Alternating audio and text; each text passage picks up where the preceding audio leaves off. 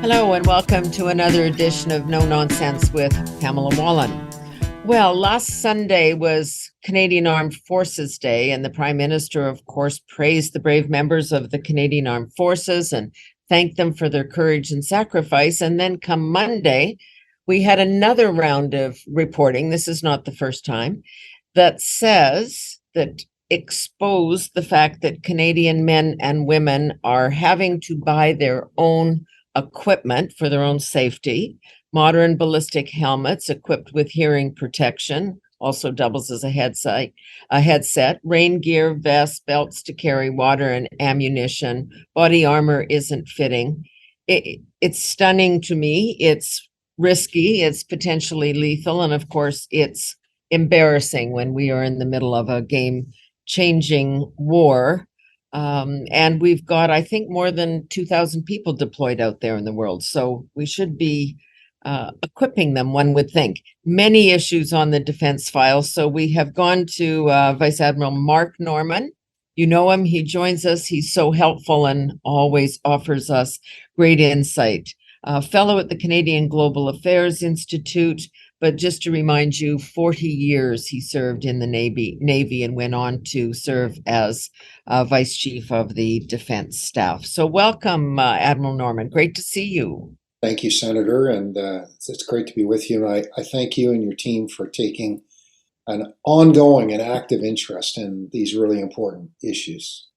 It's just stunning to me. What do you say to yourself? I know you're sort of a civilian now, but you're up to your neck in defense issues. When you see this kind of story coming out about soldiers, men and women having to do this, what goes through your head? Well, a number of reactions from bewilderment to anger and frustration to embarrassment to curiosity in terms of trying to get ground truth in terms of exactly what we're talking about, and sadly, not one of those reactions is surprise, and I think that's probably the start point. It's unfortunate, regrettable, and arguably inexcusable that the men and women who are serving in the armed forces feel the need that they have to do this. And I think that's part of it. These are they're making personal choices because they feel they have to, because the alternatives are not acceptable for a variety of reasons. Some of this traditionally had to do with comfort or just fit. Those kinds of issues, but now we're seeing it more to do with operational requirements, and certainly the helmet issue is a long-standing issue. The helmet design is probably 25, 30 years old now. It doesn't take into account some of the more modern requirements for individual headsets, those kinds of things. So I'm not surprised to see this, but I think it's absolutely unacceptable that as a country we allow this to happen. I mean, we could cite Afghanistan, where we sent our men and women into a desert in green fatigues. A year ago, a young recruit that I know sent to Poland, he had a helmet provided by the military, but his mom and dad went and bought him a real one because they're just worried about his safety. And ironically, they could buy it all there. They could buy the stuff from their American colleagues that were on the ground. I mean, we just look like, I don't know what. I mean, embarrassing is, I guess, the word, but this really puts lives at risk. Absolutely. And I mean, the implications of this are quite far-reaching on many levels. And I mean, I just think of the parents of this recruit that you're describing. Yeah. And, imagine the sense of obligation and responsibility that they feel to look after their child, that the country that he has chosen to serve is incapable of providing the necessary equipment. And and imagine how they're explaining this to their friends and colleagues, or are they so embarrassed that they're not even going to talk about it? And either of those situations is ridiculous, if not scandalous. And what does that say about people who may choose to want to serve, and how those stories, circulate through that particular community? Would somebody want to sign up to something like that?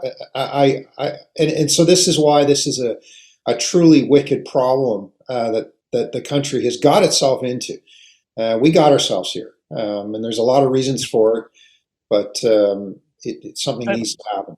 But the last decade of darkness was supposed to be in the 90s. It's 2023, and we are, as I said at the beginning, in an active war at this point. I mean, we're not inside Ukraine, but we're close. We're in Latvia, we're in other places. I mean, if we're going to ask people to put their lives on the line, even for God's sake, if they're fighting forest fires, we should be equipping them. Absolutely. I mean, you're not going to get an argument for me. And I Yeah. think Latvia is an interesting situation because there we have folks who are acting as a deterrent force with everything that's going on in Ukraine, and we can talk about Yep. that later. But that's not why I'm mentioning it. But it relates to the fact that we are now providing equipment to the Ukrainian armed forces, which our own men and women don't have and should have, in order to provide the arguably, high readiness tier one force packages that are part of NATO's deterrent force and ready reaction force. And this just, I mean, it just boggles the mind, notwithstanding any frustration or emotional reaction I might have. Just logically, this is a function of years and years and decades of risk management decisions where the naive belief is that we will have lots of notice, and that we can make do, and we don't need the newest. We don't need everybody to have everything because we can, we can distribute it. We can buy it if we need it.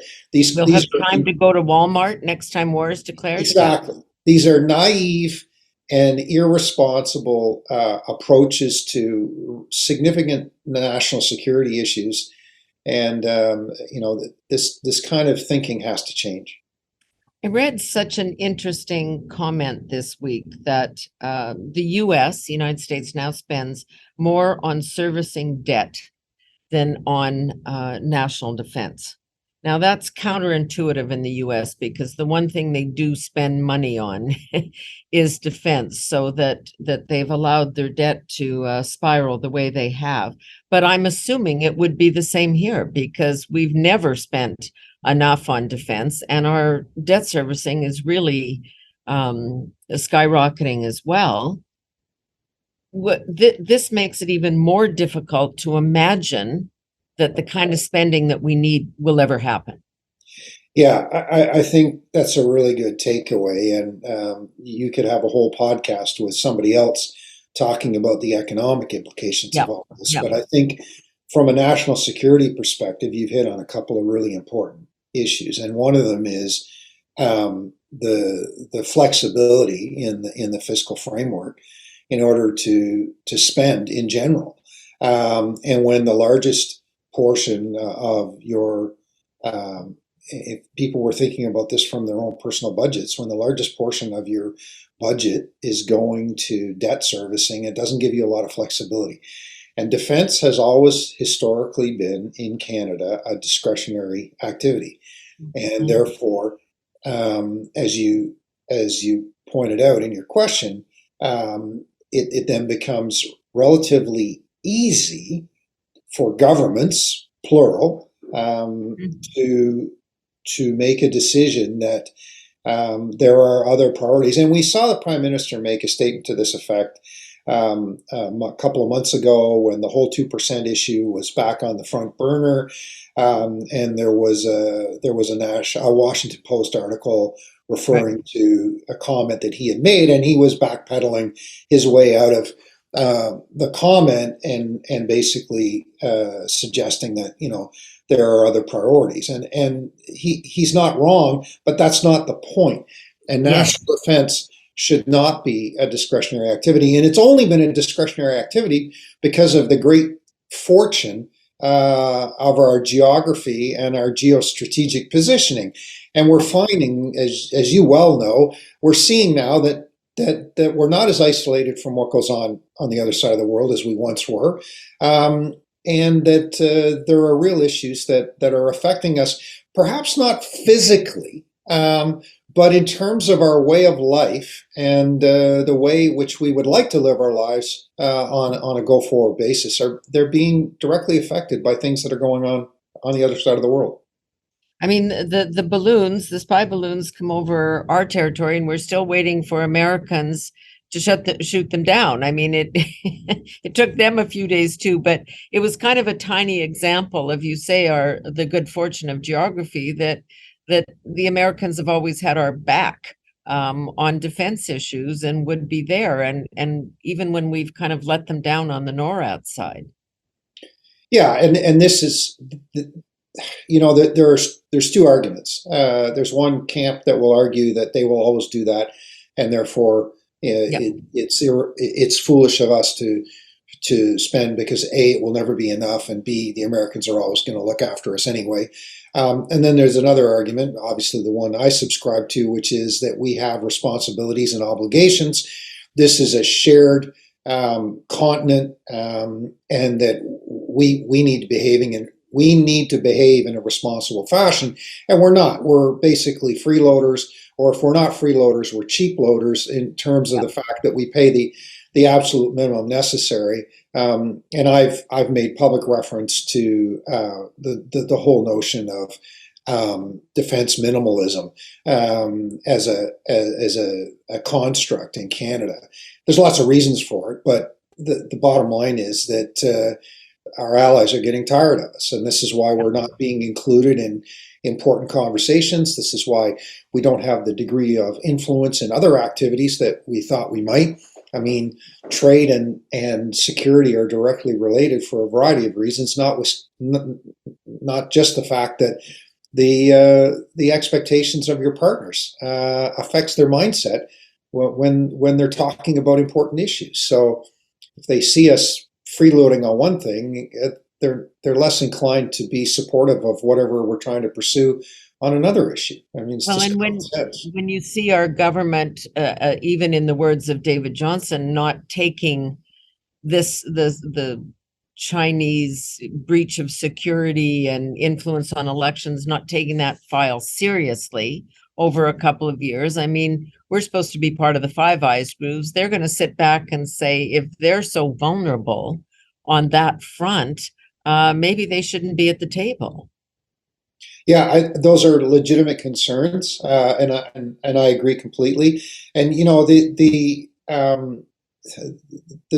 the lack of a security culture in this Yeah, country, in if general, yeah. in general, if it was explainable or excusable for the bulk of my career, then okay, we could kind of accept it. But the reality is that in the last decade or so, things are changing so rapidly and so significantly on the world stage that the kinds of excuses that we could have used in the past just aren't going to cut it anymore. And these are glaring examples of how, as I said earlier, it's not necessarily our physical security in a sovereignty sense, but Yeah. it's our way of life, and it's the institutions that our democracy is all about, and it's the way that we want the world to behave on the international stage. And there's an ideological conflict playing out here, and we're not really understanding the stakes of the game, if I can put it that way. Explain that a little more, Mark, what you're really getting at there. Yeah, so what we're witnessing in terms of the Russian invasion of Ukraine and the activities by China, not just in Indo-Pacific but around the world, what we're seeing is a challenge to the rules-based system that the primarily Western democracies subscribed to after the Second World War. And there were a whole bunch of guiding principles in terms of how nations were to conduct themselves, and we call it rules-based order, and there's a lot to unpack there, but we don't have time. And there are other countries, in particular, I mean, we name Russia and China specifically, but there are others who don't subscribe to the same view of the world system. And they either want to see themselves at the center of a new system, which is arguably what China is up to, or they don't see the system being advantageous to their interests, which is more like the Russian perspective. Either way, they are loosely aligned in terms of wanting to undermine and ultimately replace this system with a new system, a different system that is centered around their view of the world and their interests. And we see this in terms of the economics, we see it in terms of military activity. And this is the kind of, and we're seeing it play out here in Canada. These events related to the allegations of election interference and the like are all about a very strategic play by China to undermine these Western democratic principles that were foundational to this rules-based system. And we talk about the importance of this and we lecture other countries about it, but then we don't realize the significance of what's really at stake here. And it's not about somebody invading Canada. That is a naive and arguably stupid construct. This is about the undermining of our entire system from afar by a nation who doesn't share our views on how the world should operate. I think this is, with all our focus on our domestic world and what's misinformation, what's disinformation, and are the truckers terrorists, we're still hearing that kind of rhetoric coming out of our institutions. We're kind of missing the big picture that you've just tried to put your arms around there. It's not that they're coming over the border with guns blazing. It's something much more powerful. They're coming for our ideas, for our beliefs, for our system, for what all those people on D-Day died for, our freedoms. And that's, I mean, I don't know how we kind of make that real in people's minds. Yeah, and I agree. And I've given this considerable thought, and I'm coming to a conclusion that I don't believe that average Canadians should need to worry about this stuff. So I put the burden on those of us who are working or operating inside the machinery. I put the burden on elected officials. I put the burden on government and government institutions who have an obligation to look after Canadians, whether Canadians understand why they're being looked after or not. The defense and security should not be political issues. And when they are politicized, they diminish the significance of the issues themselves. And I would contend that they create a situation whereby they're not given the due attention that they should at or near the top of national priorities. And when we allow the Prime Minister to juxtapose the other real priorities and challenges that Canadians are dealing with related to their own personal families, the economy, their health, the education of the children, all these other issues, and we juxtapose it against defense and security issues, of course, those domestic issues should take priority. But that is an unfair and irresponsible juxtaposition. It's not either or. Exactly. And we are a wealthy nation who has obligations and responsibilities, not only to our own citizens, but to the global community. And we're just not, we're not acting responsibly. And I would argue that we are not acting as a serious nation. And it's one thing, and I think the Prime Minister, the government kind of dismissed it when it's Donald Trump saying, hey, where's your 2%? Buck up, write the check. You should be able to do this. But now it's the head of NATO. Now it's our allies saying when you signed on here, we said 2% of GDP, and we're not doing it, and we appear not to even have any intention of doing it. Right, and there's a lot in there, and so first of all, the 2% is arguably an imperfect metric, but that's fine. But and I'm not going to debate the merits of it or not. The reality is that is the metric that the community of which we are a part has decided is the important metric, and we agreed that that was the right metric, notwithstanding the underlying faults associated with it. But so we did sign up to this, and we are being held to account. Now, there's some real issues here. I would suggest that our system is so dysfunctional and lacks the necessary capacity and the machinery to actually spend the money responsibly, even if somebody turned on the tap tomorrow and said, congratulations, here's a $20 billion annual injection into your defense budget, or whatever the number comes out to. Yeah. But that doesn't mean that we shouldn't have, up to your point, shouldn't have a plan to get where we're being told we should be. I find it fascinating that there is a robust set of criteria for admitting countries into NATO, but NATO has no mechanism by which it holds countries to account when they're not living up to the same metrics that allow you admission in the first place. But that's a whole other and that may, the big meeting in July that's coming up, one gets the sense that there will be some rethinking of that. Who gets to come in, under what circumstances can you allow a country in when it's at war, et cetera, right. Not just the 2% question. Yeah, exactly. And, and this has been kicked around for quite a while, but it's been very quiet. Not a lot of people have really paid attention to it, but now it is getting some attention. And I think rightfully so, because to me, it's not about the 2% specifically. I think the 2% is the marker. It's the icon of a bigger issue, which is, okay, are we taking defense and security issues seriously? And we're not. And what are we going to do about addressing them?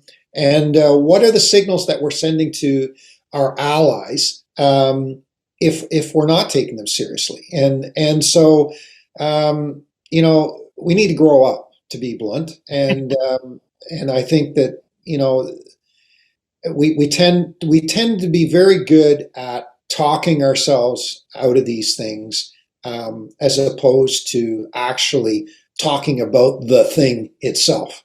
Yeah. We're in the flip side of having the Americans there and them having our defense back and others is that we're in a very strategic location. We've got this so-called world's longest undefended border, with a powerful nation, but also a nation under target, as you say, from China and Russia, as people are trying to rearrange, the global picture. And then we've got the North. I was just reading a piece the other day. You will know him, Tom Axworthy, who worked, a respected academic, worked for the Prime Minister's father, of course. And he said, Canadians happily sing in our national anthem, O Canada, the true North, strong and free, but a more apt description would be the true North, weak and ignored. Yeah, I think, sadly, he's hit the nail on the head. I've made open reference to this romantic view that Canadians have about our North, and how we're just not acting seriously. And it's not just about security and defense, although that is what we're here to talk about. The reality is that we're not taking a development in the North seriously. We're not taking infrastructure in the North seriously. We don't act as a serious nation. We do not act as an Arctic nation. We like to beat our chest and rally around our status as an Arctic nation, but we're not acting as a serious Arctic nation in many respects. And so, yeah, and this is where there's huge vulnerability.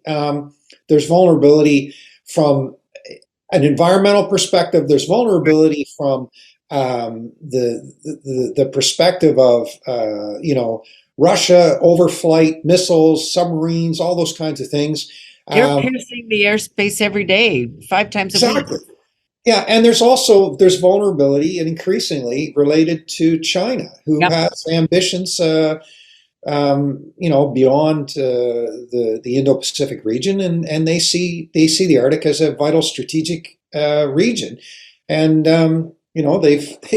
they've talked themselves into observer status on the Arctic Council. If it continues to operate, at the moment it's in abeyance because Russia's not actively participating for obvious reasons. But that should concern people. What the hell business does China have in the Arctic? Well, they are letting them. It is my understanding that Canada actually lets them map the ocean floors. And they're doing it for military purposes. They'll say it's for scientific and research purposes and everything else, but it's not. And oh, by the way, China is building more ice-capable vessels than all the other Arctic nations combined. And for what purpose? Well, that's China's ambition. So these are the kinds of things that are, I guess, they're frustrating because we just don't seem to be paying attention to the right things. It's just, as you know, I've had involvement with the military over the years through, prior to being in the Senate, but also sitting on the Defense Committee and whatnot for many years. The one thing that continues to puzzle me, and you raised it earlier, so I want to come back to it, is the question of procurement and money. Because there is money in the defense system. It's just sometimes the way it's set up. If you don't spend it all in 1 year, then you give it back. If a province pays you for help on firefighting, it goes into the general kitty, not into the defense budget.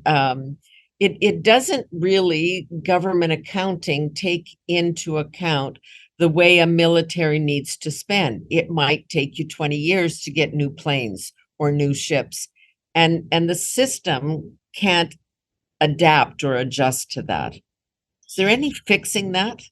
Well, yeah. So the short answer is yes, but it's not a simple fix, and I'm not going to pretend to have a solution. Many solutions have been suggested, and they run out of steam for a variety of reasons. So, the first couple of reactions, if I can. The first one is that as it relates specifically to procurement, yes, the funds are allocated, and then for a variety of reasons, the spending targets are not met. Now, what happens for over a decade now, the government has a mechanism by which it reprofiles capital spending to future years. So it's you don't spend it, you don't lose it as it relates to major capital. So if you have target expenditures for a shipbuilding program, for example, and it's behind schedule, not that would ever happen. And you know nothing about that kind of issue. And so then the money gets protected to out years. Now, it only gets protected to the extent that the future government of the day is prepared to honor that. There's no legislative protection. So that is a concern. But the other element of it is two things. First of all, it's a lack of agility in terms of the programming itself and the ability to deal with these things which are not planned out years in advance. Yeah. And on the flip side, there's this massive bureaucracy associated with procurement, and every procurement is treated the same. Once it's over a threshold of a few $1 million, it's treated the same as if it's 50 computers billion. For CRA Or whatever. Whatever. Exactly. And so that there's there's a real challenge, and this is not the only reason, but it's one of the key reasons why everything takes so long. Yeah. And there's a number of things which should not take 15 years to move through procurement. There are some things which arguably could and should take, at least 10 years, if not 15 years. Yeah. They're developmental, there's things like that. And but they should be the exception. And so yes, this can be fixed if we want to fix it. Yeah. And the problem is that Political will. Yeah. well, there you go. Is there a will to fix it? And the jury is out on whether some in government actually want to fix it, because it's nice to have some controls over what's going on, and you don't want to give up the ability to have flexibility downstream. Oh, I can accept that, but at the same time, there's other aspects of this which are they're put in the "it's all too hard" box, and and people just lose interest, and they're quite happy with the status quo. The only people who aren't benefiting, there's two groups that are not benefiting from the status quo. It's the men and women who serve in uniform, and it's the taxpayers of Canada. The men and women who serve in uniform do not benefit from the status quo because they're having to go out and buy helmets, or their families are having to buy them helmets because they don't have the right helmet for the task at hand, and they're always begging and borrowing, and the equipment is continuously at or near the end of its life cycle, unfortunately. Yep. And taxpayers are losing because this is inefficient, it is wasteful, and in the long run, taxpayers are paying a lot more money for what I would argue as a ridiculously archaic approach to acquiring capability for the armed forces. And this goes back to what you mentioned earlier. When people hear and watch and appreciate this to whatever degree they're exposed to it, they may have a nephew or something that's in the armed forces. It really impacts recruitment. It really impacts the ability to retain, to keep people in the service, because they can go fly a plane for an airline, or they can, there are other options for people. So recruitment, retention, but that readiness, that equipment, the need, the ability to respond, they're all impacted by this inability to make a decision. Yeah, you're right. There's a direct cause and effect relationship between the conditions under which members of the armed forces are serving and their willingness to continue to serve. And a society that doesn't value, and I mean genuinely value, not just say the words, but actually doesn't value the members of its armed forces and what they do, you kind of get what you pay for, and it's sad. And so, yes, they are related. This is by definition a wicked problem in that there's multiple variables, and as soon as you start trying to tweak one variable, you have an adverse effect on another one. And and it's not just the people who have arguably directly transferable skills. I know you mentioned pilots as an example, but it's not just them. It's others as well who are saying, okay, look, this is ridiculous. The equipment is too old, or I don't feel valued.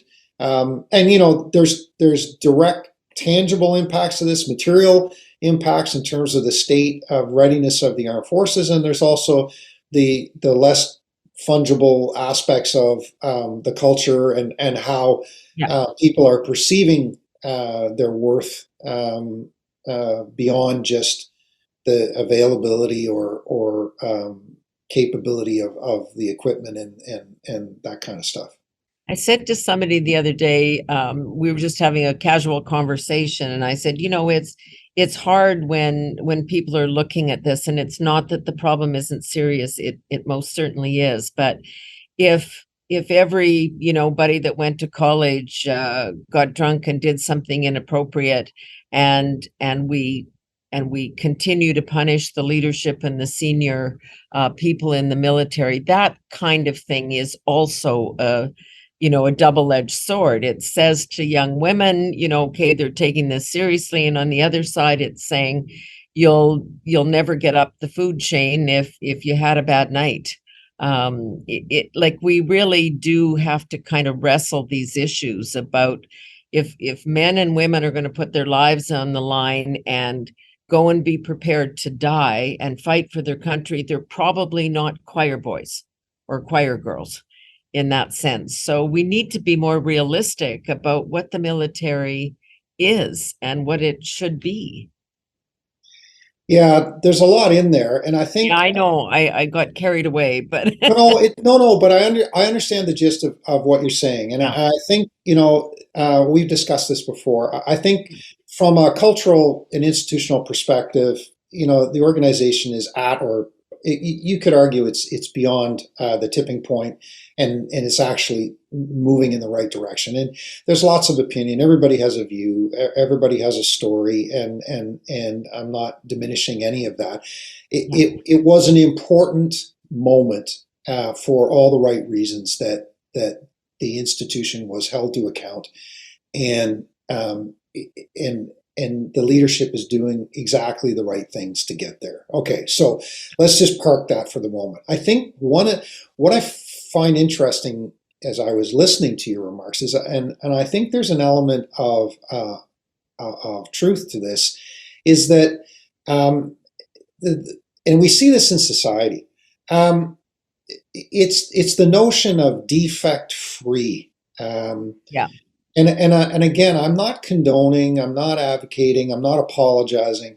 yeah, I just know from my own experience, growing up in the institution, that if we operated in a defect free environment, I wouldn't be sitting here in front of you, right, because none of us are defect free. And I'm yeah, not talking fundamental flaws in character here. I mean, no, no, no, that was the first issue, and I didn't want to dwell on that too much. I'm yeah, talking about, you know, um, what I would describe as honest errors, yeah, mistakes, these kinds of things, where there is a distinction between, acts of omission, acts of commission. There's a distinction between, errors in judgment and errors in character.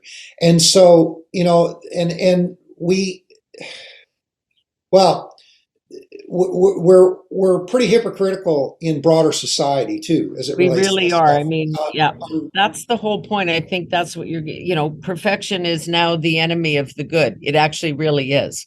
Yeah, We're- and nobody, look, I mean, there's a difference between excellence and perfection, and yeah, I used to say that in my sessions mentoring people.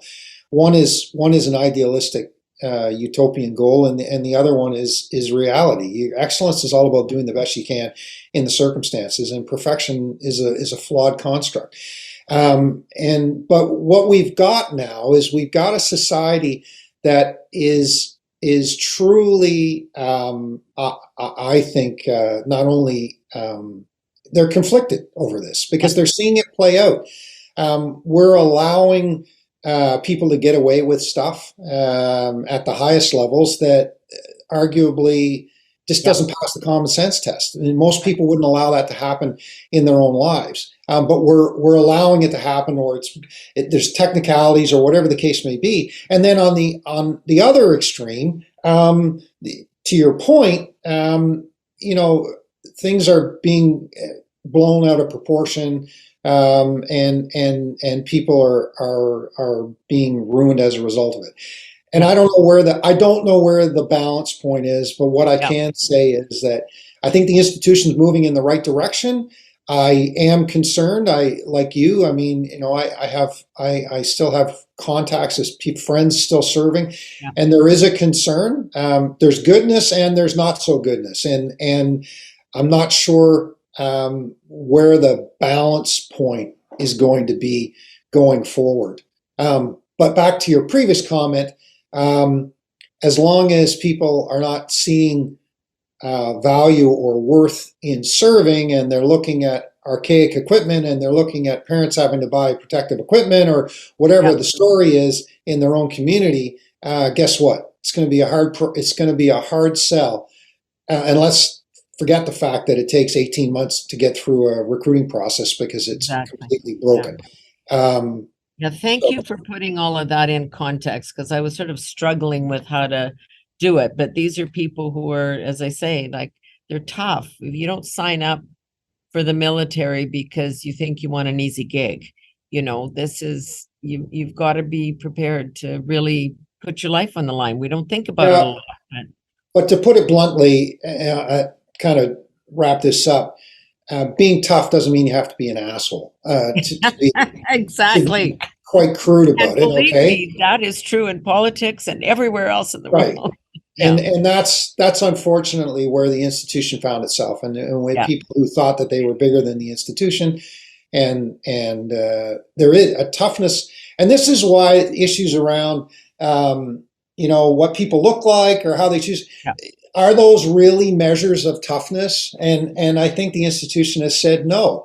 And let's see where it goes. I think there's a lot of merit in that. But you're right. It's how you measure toughness, and that's not an easy thing. There's mental toughness, emotional toughness, physical toughness. There's all kinds of toughness, but you don't have to be a jerk. Thank you so much. You always are generous with your time as we struggle with these issues and try and wrestle them. And it's great to get inside your head and hear what people who are really dedicating their life to solving this problem are thinking about. Thank you. Well, thank you, Senator. And like I said at the outset, thank you for taking an ongoing interest in defense and security. The country needs exposure and the discussion. Vice Admiral Mark Norman, he's with the Canadian Global Affairs Institute after 40 years in the Navy, and of course a time as Vice Chief of the Defense Staff of Canada, the top job there. So thank you for your service is just an understatement. We'll see you soon. Thank you, Senator. All the best. Take care. Thanks. And that's it for this edition of No Nonsense with Pamela Wallin.